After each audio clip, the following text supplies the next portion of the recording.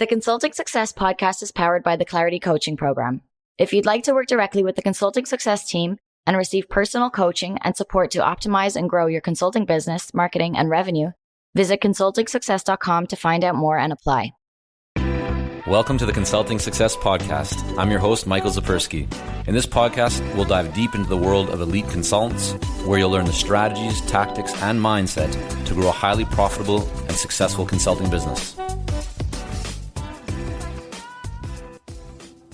Hey everyone, it's Michael Zapersky, and welcome back to another episode of the Consulting Success Podcast. Today, I'm here with Tess Sloan. Tess, welcome. Hello. How are you? I'm doing very well, thank you. So Tess, you are the co-founder of 1111 Talent Collective, an HR consulting firm and recruitment firm that helps clients increase employee tenure with emotional fit screening. We'll get more into what all that means. And you've worked with some very well-known organizations, Mark Anthony Group, Mountain Equipment Co-op, MEC, Form, and a whole bunch of others. I'd love to get started and have you kind of share, before you even started 1111 Talent, what were you doing? What was kind of your educational background and how did you get to this space of talent recruiting? Yes, for sure. So I'm born and raised in Melbourne, Australia. And in Australia, we finish high school, then you go on to university if you so choose. I did that for a year and I was just not finding my groove. I really couldn't figure out what I wanted to do. And everybody around me was so clear. I had friends that were like, I'm going to be a chiropractor. I'm going to be a lawyer. I'm going to be a doctor. And I remember just being like, oh my God, I have no idea what I want to do. And I was doing an arts degree at the time, which is like you do a bit of everything. So it wasn't helpful either. So in Australia, in particular, when you're not clear, they really encourage you to go abroad and take a gap year or do some traveling. And Australia is great in the sense that they make it really easy for you to get a visa in most countries in the world. So I decided to come to Canada for a year and just work, right? And do some traveling and exploring. So that was the plan. And so I arrived in Vancouver and I needed to get a job. So I went to a temp agency, a recruiting agency, and I said, hey, could you help me find a job? And they said, yeah, we're actually looking for somebody here to help us with the front office. Would you do that? And I said, yeah, I'll take it. No problem. And a couple of days into the job, I remember looking back and seeing all the recruiters and saying, what are they doing? What job is that? That looks really cool. She's like, they're recruiters. I'm like, I'm pretty sure I can do that. They're on the phone all day. They're hustling. They're matching people with jobs. They're interviewing people. They're asking them about what their skills are, their strengths. They're pulling out their like intrinsic motivators. And I'm thinking, this is what I do for fun. Like, I love this. Is this a job? I didn't know this was a job. And so within a week, a recruiter had quit. So they gave me her desk and I never looked back from there. Essentially, I inadvertently found my profession. So I started working agency recruitment, which is very high stakes. You're representing number of companies. You're going through a lot of interviews. You're trying to find that right match. So you become really good at understanding what the right questions are to ask to really pull out the information that you're looking for in order to make that match. It can be a bit transactional at a high level, which is where I started to get, after a few years, I was like, oh, what happens after the candidate gets placed in that company? I got really curious about that part because I would have to wipe my hands of it and go back to the next, right? I'd always wonder, how did they do? Did they get promoted? Did they end up liking it? And so I decided to go in-house. And at that time, Lululemon Athletica was doing their big expansion and they had headhunted me and reached out to come and head up their recruiting team here in Vancouver. So I went over there and spent the next 6 years really learning and expanding and cutting my teeth in global recruitment. So that was a really exciting time. When I joined Lululemon, we were in 2 countries. By the time I left, they were in 19. And we'd grown the head office from 100 people to 1,000. So as you can imagine, a lot of learning, a lot of development. I got to touch a lot of different pieces, build a team, lead a team, grow a team, and really understand that full cycle of what does it take to headhunt an individual, learn about what is motivating, what they're looking for, and then see them through the whole cycle and see how they do once they arrive. When you look back to your time inside that recruiting firm or that kind of temp agency, so you rose up from just doing some admin or whatever level work to recruiting and then to getting headhunted by Lululemon, which I think most people will be familiar, the global brand that it is today. What do you think you brought to the table from a mindset perspective or commitment or dedication or work ethic? Like what made you unique, or not even unique, but just gave you an advantage to the point that a company like Lululemon actually wanted to headhunt you and bring you in? Like, what separated you from the other recruiters that maybe didn't have that same kind of opportunity or same interest in them? I think I had a real willingness to try something new. I didn't wait until I had the education behind me or the experience behind me. I was just putting my hand up saying, I think I can do this. Like, give me a shot. I have potential, which is a loaded word because it's so hard to assess for. And we tend to want to see results first, right? But there is this whole sweet spot when we're hiring somebody. And how do we assess their ability to have potential and drive and ambition where they'll figure it out? And so I think I was willing to fail, right? And willing to just try new things until I found where my sweet spot was. But I had an inkling that from what I was seeing from this job, these were all the things I enjoyed doing. So I also focused in on what my strengths were. Like, I didn't spend a lot of time trying to push myself in directions where I wasn't naturally strong or I just didn't have that natural affinity. I want to get into the work that your company is doing today. But before we do that, what would you say are really good, powerful questions that you can use to identify whether like essentially to call somebody on their BS? Like, if a consulting firm owner is listening right now, joining, and they want to build their team, they want to bring in either contractors or full-time employees, but they want to get great people. What would you recommend if they're going to have that initial conversation? Maybe they got to go a whole bunch of applications through different sources, and now they need to start trying to vet those applicants. What is like a tried and true? What are the first couple of questions that you might ask that you feel like just really powerful in being able to identify, like, is this a solid candidate worthwhile to kind of go to that next step with? Yeah, I think whenever you're in the position of interviewing and you're the interviewer, that your first mandate is I have to create a setting where this person feels safe and comfortable so that they can express to me and answer the questions authentically and genuinely, and we both get what we need out of this. So whatever you can do to create that safety for somebody, because there is a imbalance of power that shouldn't really be there. And you don't get the best out of people when you play that up, right? Right. It's something that could be attractive for people to do. So automatically creating that safety, that comfort, that we're on the same ground. This is for you and me to get to know each other better. Is that, sorry to interrupt, but is that just as simple as like essentially saying what you just said? Like, hey, how would you position that? Because I want to get into the details so people can go, okay, yeah, I can actually use these exact words or something very similar to this. Yeah. So what I'll do is I'll say, thanks so much for making the time today. And here's the intention of the conversation is for me to understand if you're going to be a great fit for this role and for you to understand if our company and this role is going to meet your needs right now. And so really just saying that off the bat. So this is both got a stake in this. And I'll also say, I'm going to lead the interview and have questions. I'm going to leave 15 minutes at the end for you, for your agenda, for your questions, right? When I interview people, I really encourage them to come with their own questions as well. So we're really creating that dialogue and conversation. And it feels like the playing field is more equal because I know for sure my job is part of the recruiter's job is to build rapport and to build trust really quickly so that this person is safe to share with you exactly what their strengths are, what their opportunities are, and we can both assess, is this going to be a good fit? Right.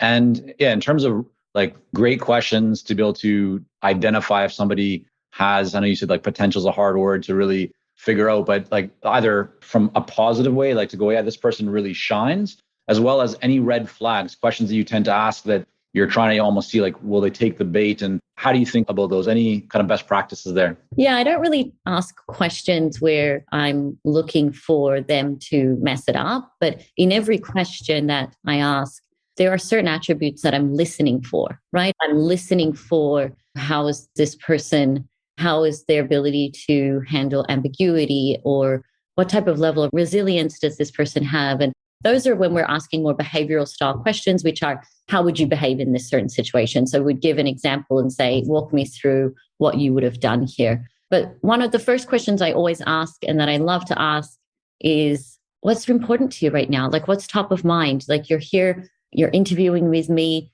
Normally, 9 times out of 10, that person is employed. They have a great job. I'm a headhunter, right? So I'm looking at moving talent around. And so I just ask them, what's motivating you to make a change? What's top of mind for you? And then I let them speak, because we have a lot of assumptions and biases around why somebody's making a move. Usually we assume it's money, or title or status. It's rarely those things. It gives me a good indication of where that person's at and what's underneath this conversation, why they're even here in front of me. And then I can start to paint a picture of the whole person, not just this person in the context of the title, the job, the salary, etc. How big of an impact does salary have? Let me frame this for a moment. So take the consulting firm owner that wants to attract great talent to their organization, but they don't have the same budget for talent that, let's say, Microsoft does or any larger, more established organization. Sometimes people will hesitate. They don't even think that it's possible for them to try and get that higher level talent because they can't pay what that person is likely earning right now. What's your experience show you on that? Is there opportunity for someone with a smaller kind of compensation budget to still be able to bring in great talent if they can't match that? Or how do you kind of think about that and what's your experience been? My experience has been so varied. So I always encourage people to stay in possibility because Microsoft can offer you, sure, a big salary, big base salary, but you're also kind of hang up there maybe for the next 3 years and they own you from 9 to 6 p.m. And for a lot of people, that doesn't work. So they're willing to make sacrifices or compromise in other areas. So it might be they're willing to take a lower salary to work at home. Some of these bigger companies still or are asking people to come back into the office. A lot of people are not willing to do that anymore. So they're willing to take cuts in other places. It'd also be around having flexible schedules or work days. A lot of consulting businesses can actually be quite competitive with these bigger companies if they're working with individuals and giving them a cut of their fee. They can actually get a higher percentage there. And we're seeing this in our own business. And we're a retained headhunting firm. So that means we also are able to pay our freelancers and upfront, right? So, which is something that they wouldn't get. They're getting higher margins, they're getting paid quicker, and they have the flexibility that they need for their lives. Like a lot of the people that we employ are mothers, are working parents, people that are also starting their own business and wanting to kind of top up on the side. So we can get really creative around how we do this. And people are less drawn to working in the traditional structures now. Yeah, no, I mean, I think that creative mindset is so powerful. Too often people will put roadblocks in front of themselves, just saying like, yeah, I can't get that person or I can't do this. But what you just kind of demonstrated very briefly here, but it's really powerful, is that there's always opportunity. It just depends whether you're open to even exploring it. So I think that's a great reminder. And we have to remember these humans, they're like us. Like you don't know what's going on for this person. They might have a sick parent at home that they actually want to stop working so long hours to be more available. So they're willing to, people have so many different scenarios going on. And we have to kind of open our minds up a little bit and say, why don't I just touch base and ask the question? Yeah. Let's dive into your company. So 1111 Talent, you have a partner in the business, Alicia? Yes, Alicia Adams, yes. So why do you decide to have a partner in your business and not launch this yourself? Oh my goodness. Well, we both met at Lululemon. We were both working there, leading talent acquisition, recruiting functions. And we both came up against a challenge. Alicia comes from a family of entrepreneurs, and she'd always wanted to open her own business and be an entrepreneur. She was very clear about that. And she was at these companies to learn and just gain experience. I never had that dream. I didn't have that vision. I'm simply somebody who, like, I really love working. I love growing these businesses. I also am a mother. I have 2 sons, and my sons were getting to school age around this time. And my big vision in life was I wanted to pick up my kids from school every day. I wanted to have a big career, and I wanted to be at the school at 3:00 and pick them up. And it sounds like, wow, that's your big vision in life. It really is, because I'd never had that. And I think I was somebody who really needed that. And I guess I just made a decision when I was a kid, like when I'm a mom, I'm going to pick up my kids from school. Right, yeah. And so I couldn't figure out how to do that. I remember looking around in these corporate companies, these global brands that I worked for, and I'd look up and the women that were executives were there till 8 p.m. at night. And I remember thinking, no, this is not for me. And I didn't want to compromise. I wanted to have a big career. I wanted to do both. And so when I met Alicia, I thought, hold on, if I have my own business, then I could just set my schedule, and then I could be at the school at 3. I could just block out that time in my calendar every day. So I just said, you know what, I'm in. Let's figure out how to do this. And together we built it over time. So that's why. I needed her. She kind of was part of the whole story for me and helped me bring it to life. What's been the hardest part for you about having a partner? Such a good question. I think there are times we do see things really differently in terms of sometimes we'll look at a work problem and we'll see them differently. But because our values are the same, we share the same core values as individuals. When we have differences, we're always able to interpret them as a positive because she kind of looks at things through a lens that I don't see it and vice versa. And then we're always willing to like, you know what, you seem to care about this way more than I, let's go this way. And it's always been quite even in where we concede to each other. Like, you know what? Okay, yeah. And if we have a really strong opinion about it, we'll just get clear to it. At Lululemon, Lululemon is famous or infamous around having these incredible personal development programs. They put their people through Landmark Forum, which is a really intense 3-day workshop. We got so much out of that in terms of how to communicate clearly, how to clear any differences, how to not hold on to any resentment, how to not take things personally. These things that we learned at our time at Lulu were foundational in how we run our business today. And so I credit a lot to it.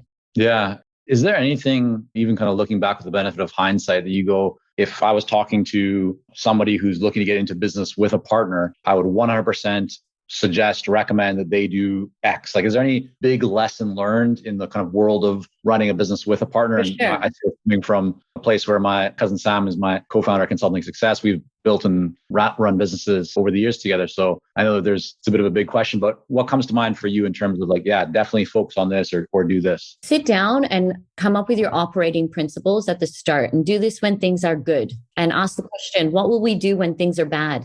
What will we hold each other accountable to? The way of being. So our ways of being are, we clear in the moment. If one of us says something that doesn't land for the other, we don't hang up the phone and like go over it in our head or create a story. We actually stay on the phone or get back on the phone. Like we have a rule, you have 5 minutes to clear this. Okay. Yeah. And so we get back on and just be like, you know what? That didn't land for me. Can we do a take 2 on that? Because that didn't sit right or whatever it is. But we do it in the moment. So then we're never holding on to anything. We're not building that resentment. We have another operating principle around, we have one around clearing in the moment. We have one around being direct, not taking things personally. And we have one called Prosecco, which is we have these Prosecco moments. Once a week, we go have a drink together and we don't talk shop. We just talk about our kids. We have a laugh and we have a glass of Prosecco and we're just in the moment. That's a good one. So you both worked at Lululemon. How did you, when you decided to go out and start this business together, where did your first few clients come from? Yeah. So we built this business slowly. So we built it while we worked at our corporate jobs. We started it as a side hustle and we started by building community. We would put on recruitment conferences in Vancouver where we'd bring the talent acquisition community together. We'd put on speakers for them and we just built the community. We started to say like, hey, we're here. We care about the industry. We want to bring everyone together. And we were networking in that sense. And then after a while, as we were kind of building up the business, people knew us. So when we opened, they knew us, right? And so one of our first clients was Native Shoes. Lululemon is now a client, right? So we have some really great relationships, but we spent years cultivating those and fostering those and bringing them value without asking for anything. Right. You're running those initial events. You still had your corporate jobs. You're hosting these events, but it sounds like you weren't actively pitching for business. It was more relationship building. Yeah, it was just relationship building. And we saw a gap in the market where there were a lot of HR conferences, but nobody was doing conferences for recruiters. Recruiting and headhunting is a very interesting, nuanced role because you kind of have this black book and you got to keep it to yourself because it's so competitive, right? Lulu recruiters against Amazon, against Nike, you're all going for the same talent essentially across the globe. And so what we did is we said, we want to turn this on its head. Once a year, we're going to come together. Everyone's going to open their black books and tell your secrets, tell your stories. How are you getting talent? And the one need we all had was we all needed to bring top talent to Vancouver, which was a bit of a problem at the time. And so people took to this because essentially people want to connect, right? We want to. And so the emphasis was like, let's come together and like lift the collective. Like we'll all get better from this. We put those conferences on for 2.5 years without being open as an agency, right? And that was because we were still figuring out what our business was, what our model was, what our key differentiator was. But it was important to start building community straight away and bringing them value, right? Not just community for community's sake, but actually bringing value. Like we wanted them to go back to their jobs the next day and be better. Mm-hmm. Right. So fast forward, you're running these events, you decide, okay, we're now going to go full-time into our business. Those first few clients, you just then call up the people that had come to your event, say, hey, we've now opened up shop like officially, or kind of walk me through that transition point and what do you do to kind of launch things? Yeah. So we had a conference. Our last conference was, I think, at the Roundhouse in Yaletown. We had 300 people and we announced it then. We're going to be open. And Alicia and I, this is an important part of our story. We're both moms. We have families. We couldn't just quit our jobs and start our business, right? Like a lot of people are like, go all in, just got to do it. But we had mortgages. So we had to build this slowly. And nobody talks about that a lot. That's very conscious risk taking. Like we're going to take a risk. We're going all in our business, but it's going to take us 3 years to get to that point. And we had a number in our head where we actually had to be making from the conferences enough money so that our corporate jobs are paying us essentially. And once we got to that point, then we could go all in. So we had a very conservative approach to this. And I want people to think about that because you don't have to just burn the boats and go all in. You can do this over time, but you do need to have patience. And so then when we opened, yes, we reached out to everybody that had come to our conferences and let them know we've opened up as a recruiting agency. Why, you ask, is there another recruiting agency? Does the world need another one? Yes. And here's why. Here's why we're different. Here's how we're doing things differently. Because during this time, we had been watching other agencies and really figuring out where the gaps were. And as internal recruiters being on the inside, we had experience working with agencies that were horrible. So we really wanted to address all of those issues. While we work with a lot of seasoned and experienced consultants here at Consulting Success, I'm often contacted by new early stage consultants. Invariably, the question I'm asked is, what are the steps I should take to become a successful consultant and grow my consulting business to my first 6 figures per year? Well, I'm excited to announce that we've opened the doors for our Momentum program. This is our most popular program for early stage consultants, and it has helped almost 1,000 consultants to start, run, and grow successful consulting businesses. It gives you the step-by-step plan to help you with your messaging, your fees, and pricing strategies, how to win more proposals, how to go to market more effectively, developing a marketing system to generate leads consistently, and so much more. And right now, until September the 19th, you can sign up for Momentum and get 50% off the regular price by going to consultingsuccess.com/audio. That's consultingsuccess.com/audio, AUDIO. Only 100 spots are available to join Momentum and get 50% off. This deal is only available until September the 19th or until all 100 spots are gone. We won't be opening up new spots in this program for several months, so don't wait. Go to consultingsuccess.com/audio. That's consultingsuccess.com/audio, AUDIO.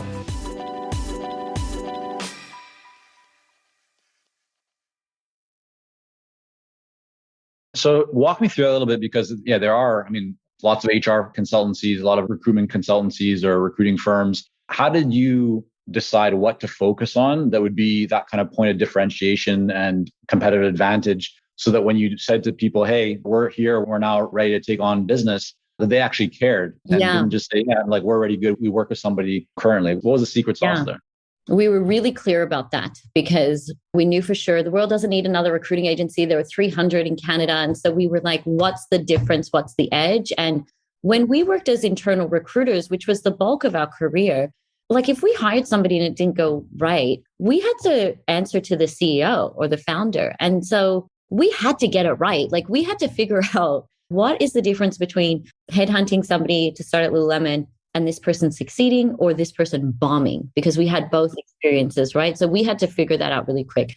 So when we opened, we said, these are our pillars. We immediately set up a global team and we opened 6 years ago. So we have recruiters in our key markets, which are Vancouver, Toronto, LA, New York, and Sydney, Australia. And then we base all of our recruiting on data and metrics. So every Friday, when you're engaged in a search with us, every Friday we send you a report. And it's the data and metrics from your specific report. Because we knew for sure when we worked with agencies, sometimes we'd not hear from them for months. We'd be like, what are you doing? We just paid you 20 grand. Where are you?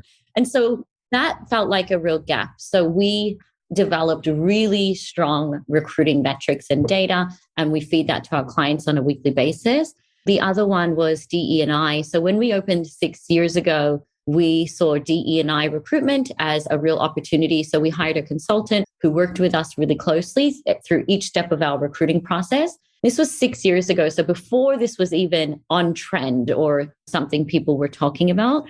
And we're actually engaged with a new DE&I consultant right now because it had been 6 years since we'd done that. So she's doing a complete audit of our process. So I think it's one thing to say we're diverse, but we really put in the work in this where we're all developing, learning, and we're hiring professionals to ensure that our process is really at the forefront of DE&I recruitment. And then global team, data metrics, DE&I, and then we're starting to share our results. So we have really high retention rates in our placements, and we're starting to feed that data out as well. So that sounds like, you're very clear on what you were bringing to the table that was different from the standard recruitment firm. How did you communicate that? Was that just on one call? Was it a call and a follow-up email? Did you there's a lot of information in that. And I would imagine that the potential buyer and client on the other end could not really digest all that in just one quick go. Maybe they could correct if I'm wrong. But I'm just wondering, how did you continue to really push those areas of advantage, differentiation, so that the marketplace really understood what made you different compared to everybody else? I think we just talk about it constantly, right? So we have a podcast, we talk about it. It's in all of our email communication to our clients. It's in our pitch deck. It's in our newsletter. It's in our social media. We have a really robust social media on Instagram, Twitter, and Facebook. And we're just constantly talking about it, especially because these are our competitive advantages and they're proving to be successful.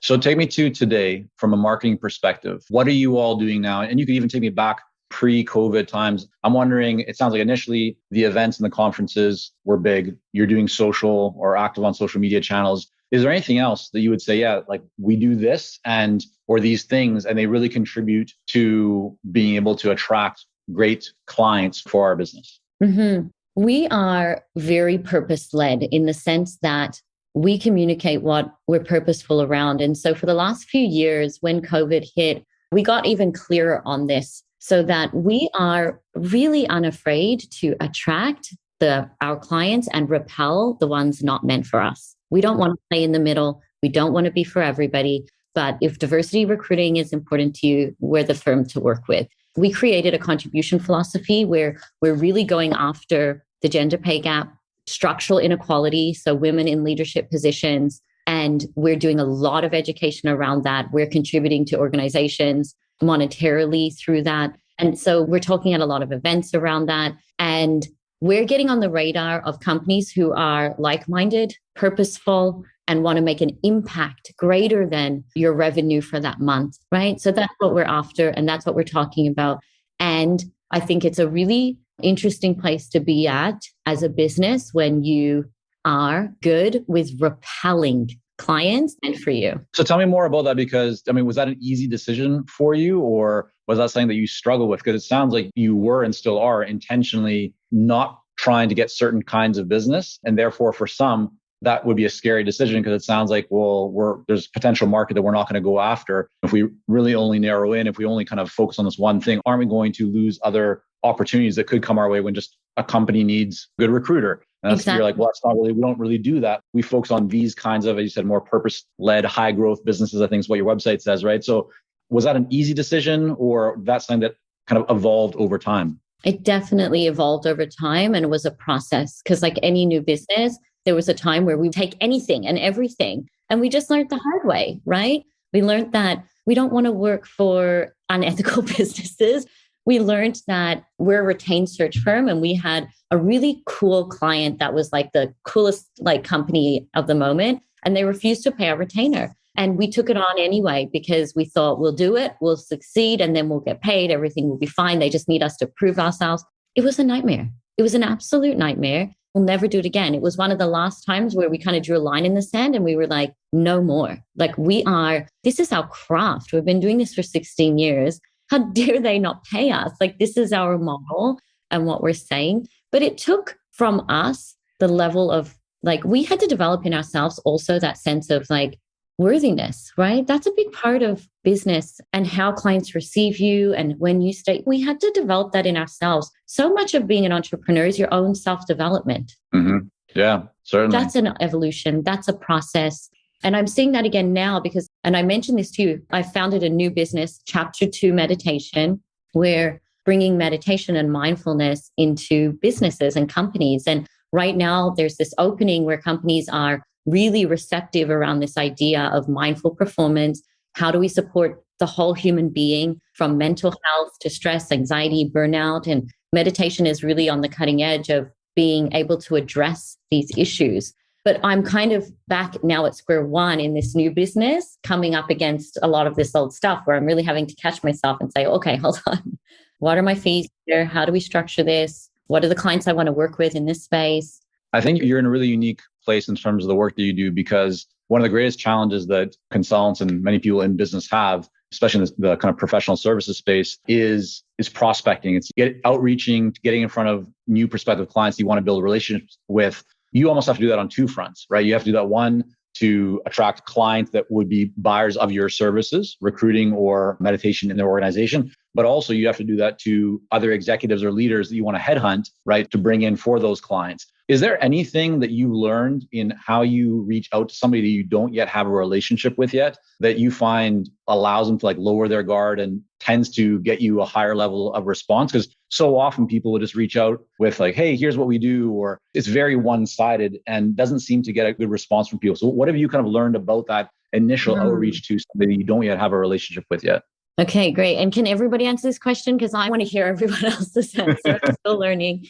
But I think what I'm finding works best is getting a warm lead or an introduction. And sometimes it's uncomfortable to ask somebody like, hey, could you introduce me to so-and-so? But those ones are the best, right? When you have a referral, when you have somebody kind of saying, hey, we worked with Tess in 1111. I'd love to introduce you. I can see you during hiring. Those are such a good entry because it's just warmer. It's better than going in cold. But sometimes we do go in cold. And if we do that, we've always researched their business and decided this is a perfect fit for us. We want to work with them. And so we'll share a bit about that, why, and try to add them some value. Or we currently see that the business is going through this. Here's an article I found on it, or I'd love to discuss this further. So giving them something to think about and then following up. Right. So you're not doing the pray and spray approach of just here's a whole bunch of like 50 or 100 or 200 people all at one time with the exact same message. You're actually spending a bit of time to do your homework, to research, to understand what's going on in their world, and then making your initial kind of touch point very customized and hopefully very relevant to them. Is that correct? Exactly. Yeah. Yeah. Makes a huge difference. I want to shift for a moment to your pricing strategy, because you said that you're very intentional with how you engage with clients. You got burned once where you had this amazing, from a public perspective, company, very well known or whatever it might be, kind of the latest one, and you did not move forward, or you engaged them without your standard approach to pricing, which is a retainer model. So can you talk a little bit about what your current structure is for pricing? And then I'm also very interested to know, how has it changed or evolved over time? Mm-hmm. Yeah, so we started as a retained search firm. We still are to this day. We've made exceptions in that. And retained search firm means we take 20% off the annual base salary, which is a really standard in the industry. 50% of that is due upfront, 50% upon closing.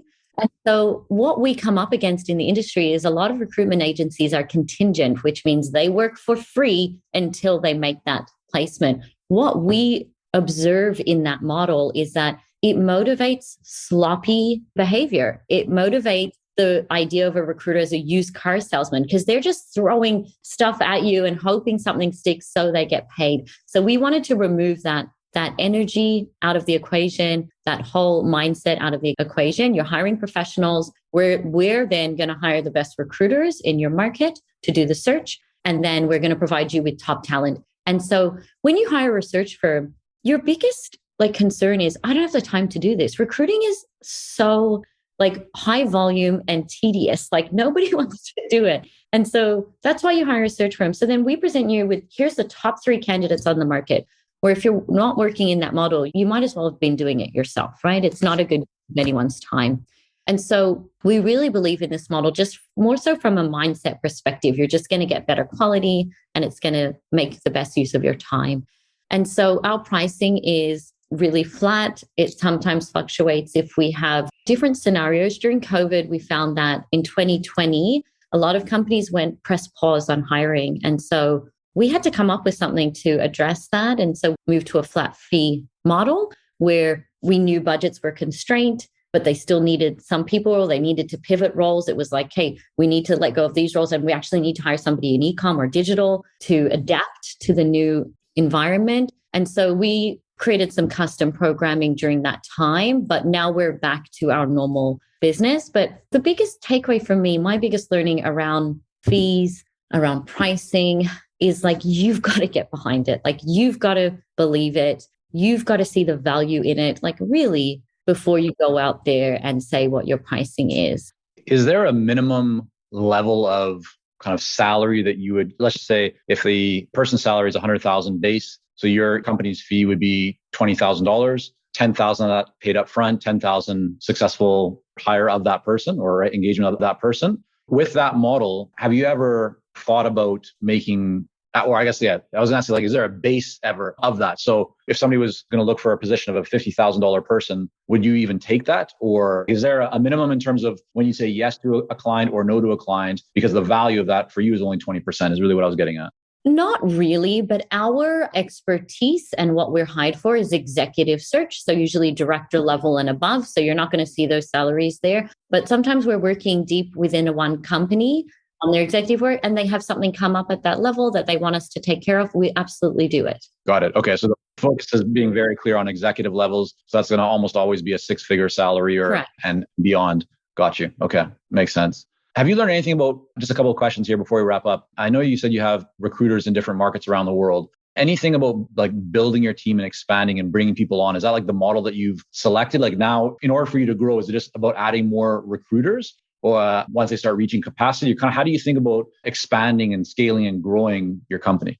So we started 6 years ago and our goal was to untether our workforce. So we really love this idea of remote workforce pre-COVID. And so we are sticking to that because it allows us to live our lives the way we want to live them with a lot of freedom and flexibility. And we want that for our people too. And so we have recruiters across the globe. And then we have a core HQ team, which we keep as lean as possible. There's 4 or 5 of us. And so when it comes to scaling and growing, I think with the recruiting team, we'll expand that because that allows us to be really impactful, dangerous, really strong on the recruiting side. So that's where we would really see the most value in scaling. Well, that's also kind of where your revenue generation is coming from, right? Like you would only add more recruiters if you knew that you would be able to generate more revenue and therefore more profit. Yeah, exactly. Okay. And so our core HQ team, we keep really lean and we have highly skilled individuals that are real generalists and are able to touch a lot of things and do a lot of things. But I would say when it comes to recruiting remotely or hiring your team remotely, we just have communication is key. We have weekly, daily communication touch points. So we're all on the same page, all working towards the same thing. So that means for us, we can hire the best talent wherever they are in the world. So you have 2 sons. You're running 2 businesses. Talk to me about meditation, because how do you fit it in is really my question. Like, what is your schedule for meditation and how much time do you spend on it? Just how do you think about it or bring it into your life so that it actually has a real impact for you? Yeah. So I'm really passionate about talking and teaching meditation in a way that brings it from something out there where we visualize like you have to be like on a cliff in this perfect Instagrammable moment, which nobody has time for, or you have to go to an ashram for 3 months in India. Like, no. How do we bring meditation into our day-to-day lives? So for me on a daily basis, that might look like if I wake up before my kids, I might sit in meditation for 10 to 15 minutes. If I don't, I go on a walk every day. That sometimes is my meditation. So while I'm doing that walk, I leave my phone at home, I leave my AirPods at home, and I just breathe. And I just actually get in contact with my breath. So meditation is conscious connection with your breath. So whenever you are breathing intentionally and breathing deeply, that is meditation. And so sometimes meditation is in between Zoom calls. I'll close my eyes and I'll take 3 diaphragmatic breaths, and then I'm ready for my next call. And there's a lot of quality research around how this autonomy of our nervous systems is directly linked to high performance, not just in our careers, but in every aspect of our lives, right? And I came to meditation at a very painful chapter in my life. And I discovered it then. And it was really transformative for me in the way that it helped me get back on my feet, navigate the situation I was in, parent, keep working, do all of these things. So I then went and became like a certified meditation teacher. I was really passionate about bringing this to people before a rock bottom moment. Like, it's so much easier to learn to meditate before things are hard. Is there anything, and feel free to say no, we can move on, but is there anything you can share about that time of kind of what you were going through, what you were experiencing, so that others can kind of put that in a bit of context of like how it helped you kind of get past that or move through that time? Yeah. So I was going through a separation in my marriage, and it was just that time in my life was just so devastating on so many levels. I have 2 children. Nobody gets married thinking that it's not going to work out. And it's a time where all of your core beliefs are just kind of brought into question and you really have to reckon with yourself. And you have to also hold a mirror up to yourself and ask yourself some really tough questions and really go within. And you actually don't have to do this, right? You could actually go on the run from it and numb it out and party and drink or whatever, right? We all have our coping mechanisms. And I think at this point in my life, I really decided like I have to face this head on, and I actually need a tool to support me in navigating this. And that's when I turned to meditation, and I had grown up with a mother who meditated every day. So I was familiar with the practice, but hadn't really done it myself. And so what I noticed was that meditation got me through this hard time, really hard time. And simultaneously, it unlocked for me my next level of performance, which I wasn't expecting to happen. And so my business quadrupled that year. I noticed how I was showing up as a parent, as a friend. The relationship I have with the father of my children is something I'm so proud of. We're still such a unit and a family. And I think that through meditation, mindfulness, I really learned how to manage myself and my own emotions and hold more space for others and focus. Like, meditation improves our brain, our ability to focus. So when I do, people say to me, how do you do it all? But I feel like I have so much time and flexibility, and I only do things that matter to me. And that's chapter 2 meditation, 11:11, my children and my family. So it's easy. You know what I mean? Yeah. Thanks for sharing that. So one final question before we wrap up here for today. In the last 6 months or so, what would you say is a book that you've either read or listened to, can be fiction, nonfiction, just something that has really resonated with you, that you've enjoyed, that you might recommend to others?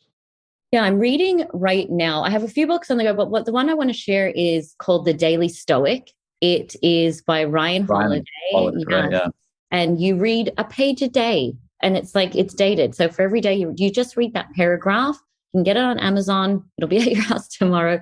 And it's philosophy, and it will give you the Stoic philosophy and then a modern day interpretation of it. So it's very same principles as meditation and mindfulness, but just learning how to not go into our like habitual behaviors, like getting angry or when we're driving, honking. It's just like, it teaches us to pause in those moments and go within and be like, what's going on for me right now?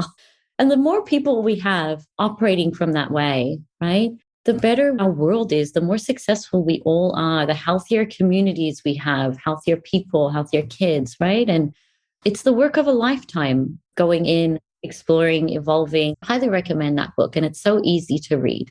Well, Tess, thank you so much for coming on here today and spending some time with us and sharing a bit of your story. We'll have all of your company and links and kind of set up in the show notes so people can learn more about you and your company and everything that you have going on, and check you out on social platforms as well. If there was one place that you might suggest, if people do want to learn more about the work that you're doing, what would be the one kind of link or social platform that you would suggest them connecting with you on? I would say my Instagram is Tess at Chapter 2 Meditation.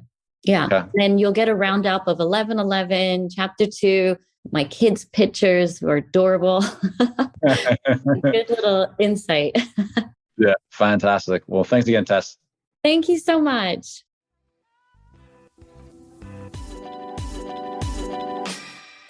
Thank you for joining us on this episode of the Consulting Success Podcast. For more episodes and to subscribe, rate, and leave a review, head on over to iTunes. And if you'd like to develop consistent lead flow and a highly profitable consulting business, learn more about our coaching programs at consultingsuccess.com.